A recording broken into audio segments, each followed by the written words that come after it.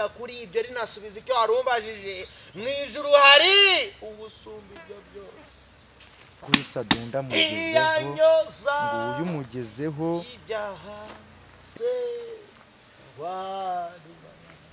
Uwiteka Nyiringabo Imana iyo nitegereje neza nkareba amazi na Innocent iyo nitegereje neza nkareba amazi na Innocent ntekereza urugendo rurerure mwagenze kuva mu buto bwanyu mwakabeje gukundana I love you so much come to me je t'aime trop nalingo mingi wana Manzi na Innocent nukuri ndabashimiye mwahisemo neza nukuri muraberanye Manzi na Innocent songa mbere turabashyigikiye Iyo byiza kuri munakoze subscribe kuri Manzi na Innocent TV no mu Abanyarwanda bazagara gusanga sitagiye kuzishinga kuri metero n'isabo bishaka nyamara imyaka ari ntayo bantu rero bacu bantu dukunda kubana kuri Manzi na Innocent TV uyu munsi namenye amakuru y'uko umuntu bita Sadunda yaba yagiye gusengera hitwa Ingasho tayo ubu haba bita ngo ni itsinzi zina bambwiye ndagerageza bati reka nze magere ariko tuze kuhagerana abane nze kwereka ukuntu noneho ngo ibintu bijyanye n'amasengero y'umusore yaba bishyize ku rundi rwego yes mama komeza kugenda rero muze kumfasha dukomeza tubane tubane gushaka abakari bwabimo umugabo Sadunda bagiye ngo ibintu ngo byo kuramya no guhimbaza Imana mfashe tugende kumwe mari muto tugende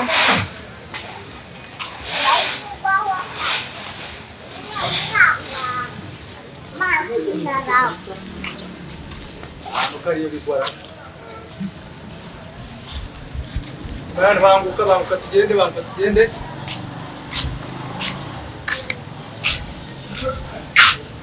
Shyamba banza iri ngiri dore ndimo ndabona ibiyaga hakurya ubyo yerekana abantu barebe shyamba baturenge banza ndabona ariko hari umuntu uje katubaza uyu musore yegera no nkubaze gato niko ishyamba bambwiye basengeramo ngo hano riba mu butayu riba he iri ngiri iri ryano hano bita ku musozi bitangaza kamera ma twagiye ariko abahara abantu gize ubona bari kwiduza gusengamo basize inyuma uko bakunda no kuhaza bakunda kuhaza sawa musore urakoze cyane kameramani twagiye wowe inzoka yaza ninjye no mu bihuru tugende we manuka tugende kameramani manuka wowe ramenya ari hehe mwoga he kamera tugende hayi hada kameramani tugende kabisa tugende banguka kameramani banguka Sadunda none hibi byabyiyomboze ko mwoga heka mu butayu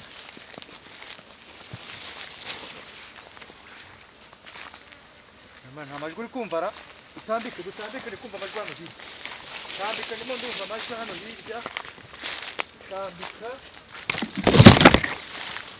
numva ari hepfo banguka wisigara banguka nereka abanyarwanda umuntu bita Sadunda ngo mu butayu yagiye gusenga yagiye gutembera ate Sadunda nk'iri shyamba baragiye n'ikimoga heka shyamba riri muri naso rimeze ritya reka kiwe Sadunda akavukamo burya abazaha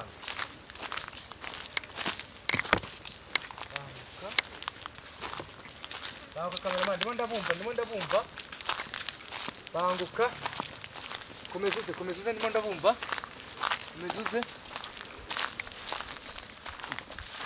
amajwi se nyumva hano hari banguka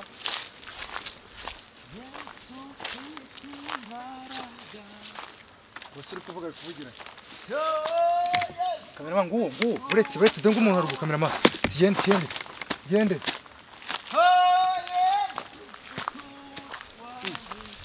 Amai hadata ni Sadunda amaraso ya Yesu bantu banjye nguyu Sadunda mugezeho iyanyoza nguyu mugezeho ibyaha ewa kangende gake yamenetse wenyine se kandi bambye kuba abantu benshi bitayo abandi bari tuzahora uyaramya Sadu kw'amaraso Sadu. amaraso Sadu ya Yesu Sadunda yamenetse Karuvari Sadu iyanyoza Sadunda Sadu wijahaye haleluya tuzahora tuyaramya ese Sadu oh Yesu Sadu izina rya Yesu Sadu bimeze bite amakuru bimeze bite nda Sadu uraho na mikoro n'abakameramani oya Sadunda ngiye muraho murumva muraho oya tura Sadu ibintu ukomeje gutungura abanyarwanda no gukora ibintu tutatekerezaga Sadu noneho uyu musozi wo uzi kumwe gwenye naje hano nta kizere pe narenze imisozi hano ndenga ibibaya ndenga he ndavuga ati kagiye kuri Sadunda navuga kare nje Sadu ibintu byo kuza mu gutwara ibyo wabyiyoboje hanyuma ntabwo nitwa Sadunda nakongo ni profeta rya ndemanze ariko noneho ntabwo profete man gusa wenda nubwo Sadunda ari ikizina cyafashe indi ntera ariko uko biri kose profete manzi abantu benshi nubwo wenda ushaka kumubaza Sadunda aherereye akabikubwira ariko ni profete manzi hanyuma nje ndibaza ndabanza nkubaza ikibazo kimwe hano hantu hageze ute hano hantu kari kure cyane ya Kigali kara ibirometero n'ibirometero byagenze bite kugira ngo Sadunda njewe ukuntu byageze n'umugore aganira na Kiroso usomye ukura muri kuri saa kureke mu gace makuru n'umugore ntimwavuganye arambwira ati uri hehe ndamubwira ati ndi hano gutya nawe kuri cyo cyangwa no kuri cyanye se munyamukoreshaho Sadunda ati ntabimenye ibikize Sadunda yasaza tese tibanza asuye mu haleluya haleluya haleluya haleluya yewe biga ko hano bayoboza uziko Sadunda agafasha imodoka ngo nundi umuntu w'umumama urumva ngo ngo nundi umuntu w'umumama ngo Sadunda agafata ngo imodoka ngo diri ngo nguwo ngo bagiye ngano witwa nasho ngo muri Kirehe ngo bagiye gusenga ku musozi w'ibitangaza ibi bintu ninda kugira inama ibintu byakujemo biteko ibyo ngibyo ni namakuru wahawe y'Kigali hano kugira ngo harangwe kuri uwo imisozi ni myinshi hakurya hari imisozi nzanya murindira na heho imisozi hanyuma kugira ngo ugere muri uyu musozi w'ubutane uharangiwe nande bigenze bite kugira ngo ugere Sadunda dore ko ibintu bigenze byari ngo tuzuze bitangaza nageze hano nashobora urabona nazibitse pe bishoboka mbona nazanye n'abandi nayo ndazinduka ngira harahera baje ndabaza ati se ahantu gutaye tisura baza ku misozi bitangaza ati hari umuntu bita Sadunda ati Sadunda ni umutinga njye bambara amakanje ati atanyuza hari mu ikote kubona umuntu w'umumama baparitse imodoka ari turazamutse umusozi ati zamukura musanga ndaje mereye pfiye ndakubura shakiriye ruguru ndakubura mbega nose ndakubura ariko nkumva amashi abantu bonye hano hirya se benshi ntabwo ngiye numvaga amashi mu bibice ariko nyuze mu bibice batika ndumva ngiye yinzira ntabwo naninyiza uko mbonye abantu bari kuzamuka nyura hano gutya none ngiye namuhingukiya arahari nyuzi ya hano gutya nza ntambika itagera kugira rero ngusanze uri murama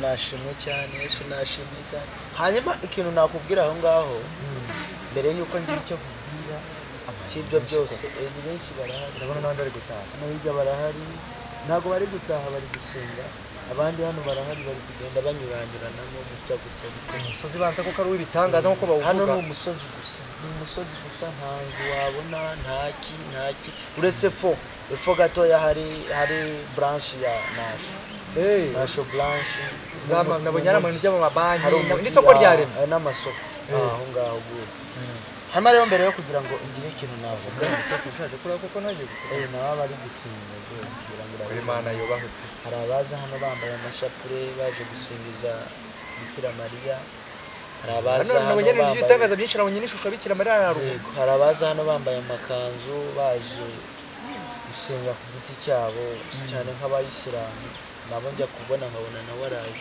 hano hantu hakorerwa ibitangaza byinshi cyane impamvu ahise no ku musozi w'ibitangaza uraza urwaye umugongo uragenda uri muzima uraza ufite ikibazo runaka uragenda gikemutse ese ninde ubakiza ibyo kibazo mfite ni Yesu Kristo nukuza gusa nukizera tu mukayaguma ukava wakiza aragukiza hanyuma mbere yo kugira ngo usobanure ibintu byinshi reka mbanze nsenge kuko nahagurutse Imana irambwira ngo nive mu bandi ije uze gukora iki nze niherere n'Imana tuganire hama rero reka mbanze nsenge hanyuma turakomeza urabona ukuntu bere ko uri mwiza Yesu uri gitangaza kwisi hose warubara uri mwiza Yesu uri gitangaza kwisi hose warubara Uwiteka Nyiringabo Imana iri mu ijuru urakoze cyane waturindiye mu butayu turishimye tumeze neza amajoro twaraye mu butayu tugusingiza data wera wa Isirayeli tumeze neza waturinze wadukomereje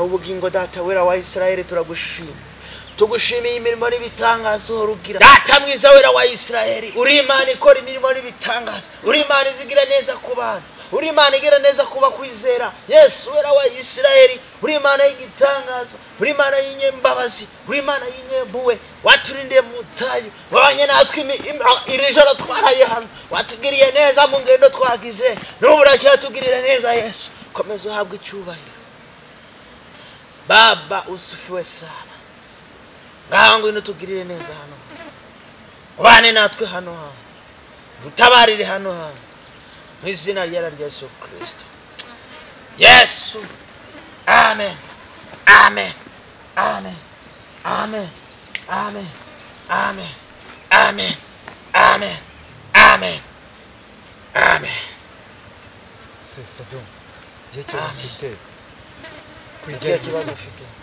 dukomeje gukora ibintu bigaragaza mikoro kandi uzi ko rwose ugaga mu tata mikoro waranabivuze turanabizi nese aya mafaranga kwite ko kora izingendo uwo mwaje mu ivatiri niba bagutwaye niba bakodeshe service Sado aya mafaranga ariko kukujyana mu misozi nk'iyo ukagenda ibirometero 280 ukaza nguje mu butayu ngo gusenga Imana gutumyeyo akunse ibyo nuko ntabwo beshya abanyarwanda Imana iba yagutumye urakoze cyane baje ikibazo cyiza nta nubwo ibyo birometero n'ibikeye ubu Kigali ugera hano ni hafi ya Tanzania ntabwo Tanzania nabonye hano hafi ya Tanzania ntabwo ari hafi ni kure cyane hanyuma twebwe iyo tugiye gukorera Imana ntabwo twita ku byo dufite kuko yo yanze kureka Imana ye kuko yabonye ibyisi byose ari ubusa yaremeye arabiharakurikira nde akurikira Yesu akurikira Imana ntabwo rero twe tujya gukorera Imana ngo twite ku byo dufite gukorera Imana nta gihombo kirimo gukorera Imana nta gihombo kirimo nzanava hano nge hanze kuko ijambo ry'Imana reka ngusomereho gato mu ijambo ry'Imana riboneka muri Zaburi 105 uvuga ngo nimushime Uwiteka mwambaze izina rye mwamamaze imirimo yakoze mu mahanga mumuririmbire ishimwe muvuge imirimo itangaza yakoze yose mwirata izina rye rigera imitima y'abashaka Uwiteka yishime Yesu ashimwe cyane kandi Yesu atugirire neza mumwamamaze mu mahanga yose mugende muhagurukaho muri urya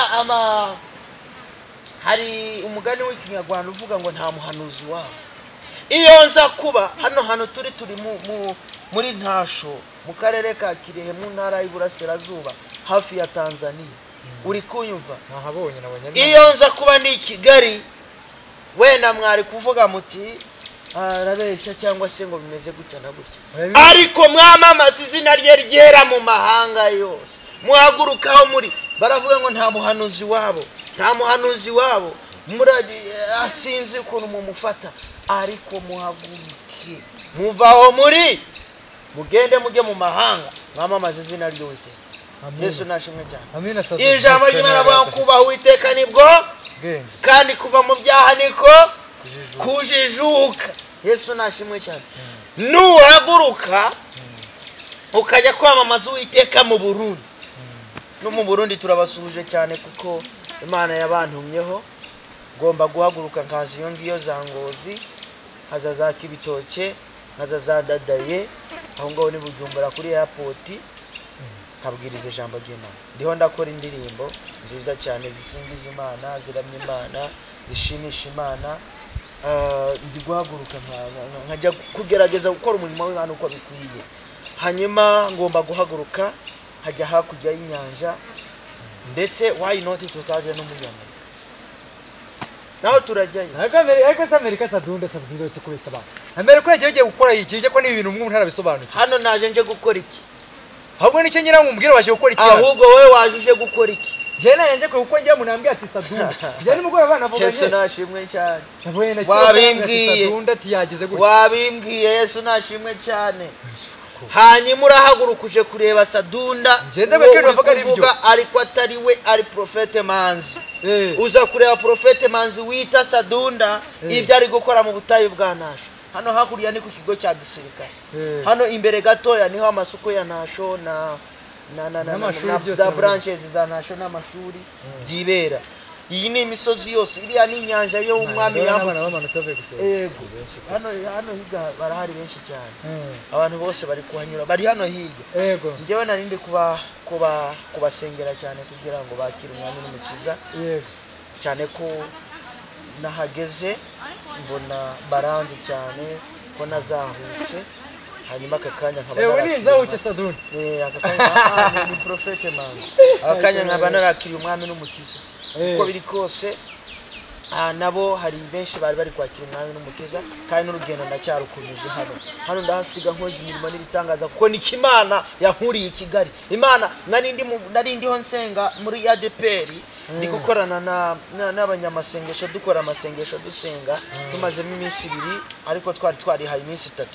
Hanyuma umunsi wa gatatu ari wo wa nyuma Imana irambwira ati bavemo, haguruka ugende ujye mu butayu. Ndagenda njya mu butayu bwa Kigali. Uko nyumva neza, ntabwo ari bwera mvura ni mu butayu bundi. Njya mu butayu bwa Kigali, ndasenga Imana irambwira ati ikintu nkwagurukije hariya ni iki? Ni ikihe Nyagasani? Nuguhaguruka ukajya Nasho. Yesu nashimwe cyane. Naje hano nahazi, nicyo kimenyesha. Naje hano nahazi, ntazi n'inzira ihagera, ntazi naho byerekera, ntazi ngo bimeze bite. Naje hano nahazi. Yesu nashimwe cyane kandi Yesu atugire neza. Naje hano kubwo muvandimwe wankuye Kigali kwitike. Byabindi uvuga ngo amafaranga, ngo mfite amafaranga. Munasanga umuntu ufite amafaranga ukiri mwisi byose bigira biti birashoboka. Yesu nahabwa icyubahiro. Umuntu yaramama Yesu amaze kumbwira ati haguruka ujye ntashukwa ari nibi. Umuntu yahise amamagara bukije. Nahise mbaza Yesu, ndavuga ati se Yesu Nyagasani, nyakugira Imana n'ibintu ko unabifise n'ibindi birenzeho. Wowe kagira Imana wenda va hano guti Kigali ngere hakugira n'amaguru birakunda. Ati ndiho nahozeho kandi nza oraho. Yesu ashimwe cyane. Bwarakene uva umuntu aramamagara nshyira mu modoka ariye y'umukara anza nahanga. Ariyo waje uvuga wowe Sadunda. Ngomujya akuza naza akubira ko mugiye. Niyo nicyo cyabazi computer rega se tujyane nazasobanura. Ntabwo ari we wabimbwiye. Ntabwo ari we wabimbwiye. Ngewe umuntu yarampamagaye. Arambwira ati mukozi w'Imana umeze ute? Ndamubwira ati meze neza.